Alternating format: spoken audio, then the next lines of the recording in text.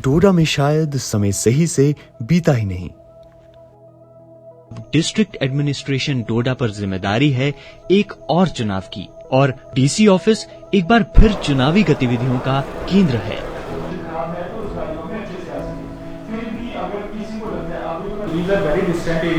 Group में list डाल दूंगा, वो अपने अपने सेक्टर मजिस्ट्रेट जो भी हैं वो देख लो। जोनल अफसरों के अलावा जो डिस्ट्रिक्ट के मेरे नंबर को ले। शहर का केंद्र मानो किसी उत्सव की तैयारी में जुटा है। हर और चहल पहल और आतुर सी गतिविधियां नजर आ रही हैं। गाड़ी कहाँ लगी है वो बताओ ना। मानो एक रंग की तैयारी हो। हाँ जी, मैं इलेक्टर हूँ।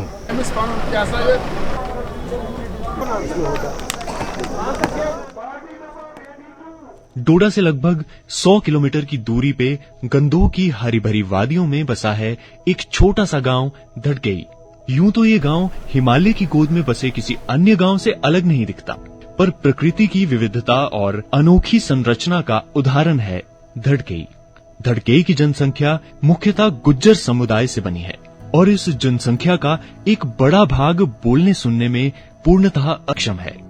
हशर में मेरी चुप का माजरा, हशर में मेरी चुप का माजरा, कुछ ना कुछ तुमसे भी पूछा जाएगा। अपने खामोश अशारों को ज़बान बख्शी है। हम खामोशी से भी तूफान उठा देते हैं। ये खामोशी से तूफान उठाने वाले लोग मेहनत कश, जफाकश और मजदूरी करने वाले लोग धड़कई के इस दूर दराज हालांकि दूर दराज गाँव में। इधर डोडा में ऑल हैंड्स ऑन ग्राउंड के सही मायने आज डीओ डीसी डोडा खुद समझा रहे हैं। CPF है, सबको बोलिए स्टेडियम जाइए, फिर गाड़ी में बैठ जाइए। नंबर 113 वाली पार्टी जो है ये इस गाड़ी में बैठ चुकी है। गाड़ी आराम से चलाना, ठीक है।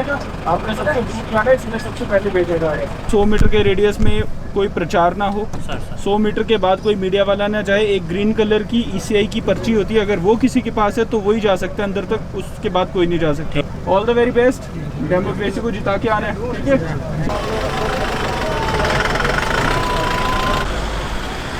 पोलिंग पार्टी को धड़कई पहुंचने में अभी वक्त लगेगा, पर हमारी स्वीप टीम पिछले कई दिनों से इस यूनिक पोलिंग स्टेशन पर सुचारू है। No voter to be left behind. District SVEEP team के लिए ये एक नारा नहीं बल्कि उनका मिशन है। स्वीप यानी systematic voters education and electoral participation. Election commission of India द्वारा चलाया गया एक जागरूकता अभियान है जो चुनाव से जुड़ी हर जानकारी देश के नागरिकों को उपलब्ध करवाता है, ताकि हर वोटर जागरूक तरीके से मतदान की प्रक्रिया में भाग ले सके। इन्हें रोजी का वसीला कर दो, मेरा बच्चा तुम्हें दिन रात दुआएं देगा। ये वो बच्चे हैं जो म्यूट हैं, डफ हैं, और इनके लिए एक छोटा सा स्कूल जो है काम कर रहा है।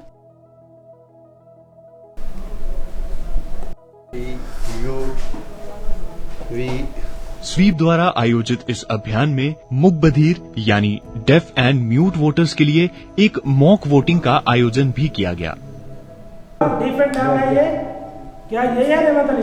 कोई ऑब्जेक्शन तो नहीं है? और ये डिफरेंट म्यूट वोटर P1 से होके P2 की तरफ जाके अपना आइडेंटिटी प्रूफ इनको देके वहाँ अपना नाम इंप्रेशन P2 रजिस्टर पे लगा के अब ये P3 के पास पहुंचे हैं। P3 इनको साइन लैंग्वेज में बता रहे हैं कि आपको वोटिंग कंपार्टमेंट में जाके वहाँ अपना वोट कास्ट कैसे करना है।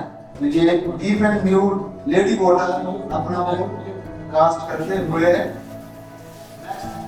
स्वीप के परिश्रम का प्रमाण तो अब मतदान के दिन मिलेगा। दिन ढलते ही कई कठिनाइयों का सामना करने के बाद अब पोलिंग टीम भी धड़कई पहुंच गई है।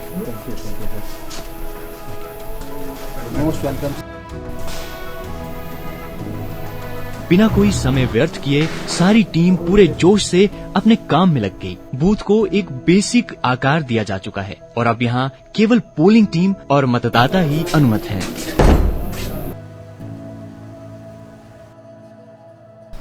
यह सुबह लोकतंत्र की निर्णायक धूप लेकर खिली है।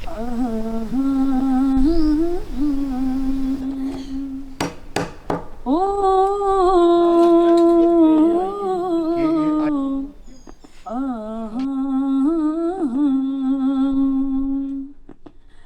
कर जाएंगे यूपी काम पजाणू है और वोटर ने पोलिंग स्टेशन जाणू है और वोटर ने पोलिंग। जिस कैंडिडेट को आप वोट कर रहे हो उसकी पर्ची जो है यहाँ पे डिस्प्ले होगी। स्वीप की प्रेरणा से मॉक पोलिंग वाले हर स्पेशल वोटर को मतदान की प्रक्रिया में भाग लेते पाया गया।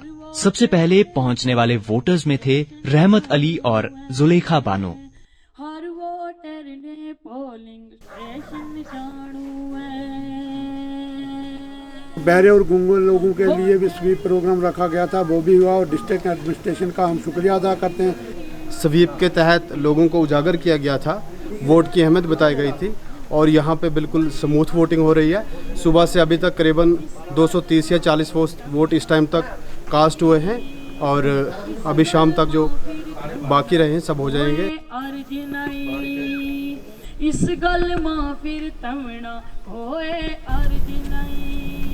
गांव में यूं तो ये समय घास कटाई का है, लेकिन फिर भी अधिक से अधिक वोटर्स मतदान में भागी बने। जानता हूं और मानता हूं कि आज घास कटाई है। खास करके ट्राइबल वोटर से मेरी अपील रहेगी कि वो अपने अपने रेस्पेक्टिव पोलिंग स्टेशन में जाएं और वोट करें।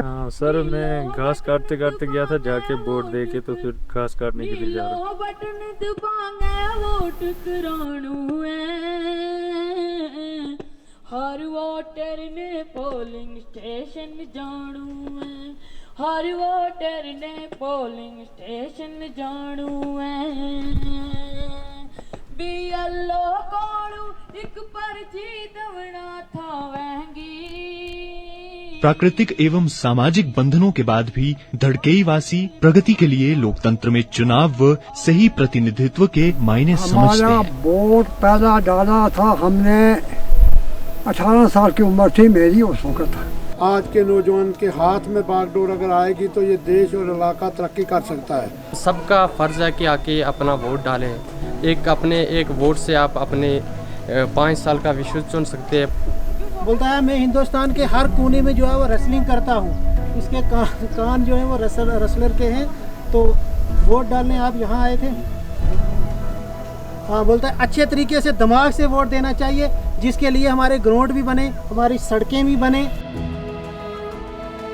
गांव वालों ने स्वीप के प्रयासों की सराहना की और ये भी जताया कि पहले कभी मतदान की प्रक्रिया इतनी सरल व सुखद नहीं रही। यहाँ ऑफिस एक कंट्रोल रूम का रूप ले चुका है। मतदान के बाद लौटने वाली सारी बसेस और पार्टीज पे सैटेलाइट्स की निगरानी रखी जा रही है। ये किसी स्पाई फिल्म जैसा माहौल है, जहां सारी टीम्स की वापसी तक कोई घर नहीं जाएगा। डीईओ डीसी डोडा हरविंदर सिंह धड़कई में अपनी टीम की जी तोड़ मेहनत से संतुष्ट हैं और उन्हें गर्व है कि धड़कई की इस विशेष जनसंख्या ने अप्रत्याशित उत्साह से मतदान में भाग लेकर लोकतंत्र के इस उत्सव की शोभा चौगुनी कर दी। हमारी 3 बच्चियां जो सुन और बोल नहीं सकती, धड़कई की रहने वाली, उन तीनों बच्चियों ने जाके साथ में वोट दिया और वो अपना हाथ दिखाते हुए एक बहुत ही प्यारा मोमेंट कैप्चर हुआ। इसी तरह हमारे बड़े बुजुर्ग उन्होंने आज हमें आशीर्वाद दिया अपना वोट देकर। तो मुझे उम्मीद है कि ये इलेक्शंस आगे काफी देर तक हम इसके लिए याद रखेंगे। अब एक बार फिर सब उम्मीदवारों की किस्मत इन बंद डिब्बों में किसी जिन की तरह बस गई है। निर्धारित समय पर ये बैलेट्स खुलेंगे और जनमत की इच्छा का लोकतांत्रिक अनुसरण होगा। फिलहाल डीईओ डीसी डोडा के शब्दों में कहें तो धड़कई के साथ साथ सारे डोडा में एक बार फिर डेमोक्रेसी की जीत हुई है।